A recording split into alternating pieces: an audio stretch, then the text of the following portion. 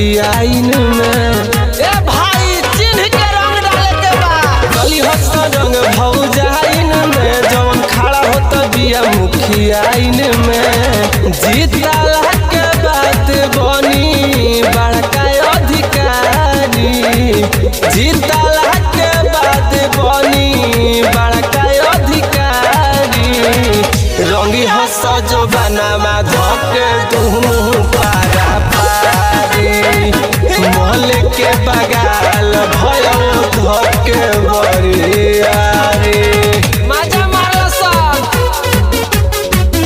मोहल के बगाल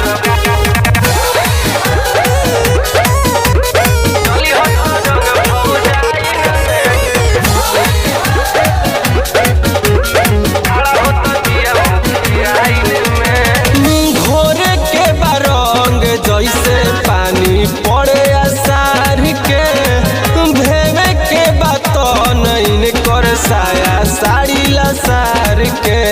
यही बहाना डाल गला सब ए भाई घोर के बरंग जैसे पानी पड़े आसार के, भेवे के बात नहीं कर साया साड़ी लसार के।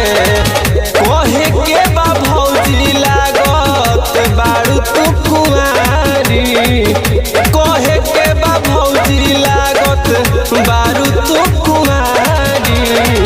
रंगी हंस जो बनावा धके दुनू पारा पारी, मल के बगाल भैया धके बरियारी। केहू के नइखे छोड़ के, नया चाहे पुराना, भले कुछ कहे जमाना। गली हंस रंग भौजाइन में, मल के बगाल।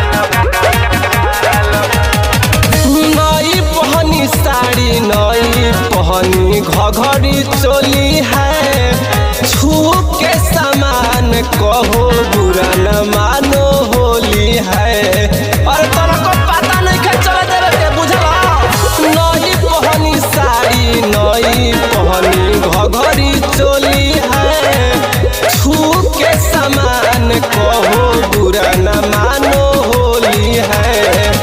भीतरी घुसई हसन करियावा पिचकारी, भीतरी घुसावसन करियावा पिचकारी।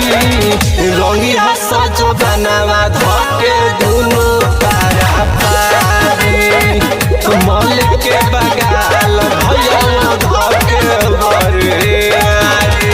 गली हंस रंग भौजाइन में जवन खड़ा होत बिया मुखियाइन में। जीतला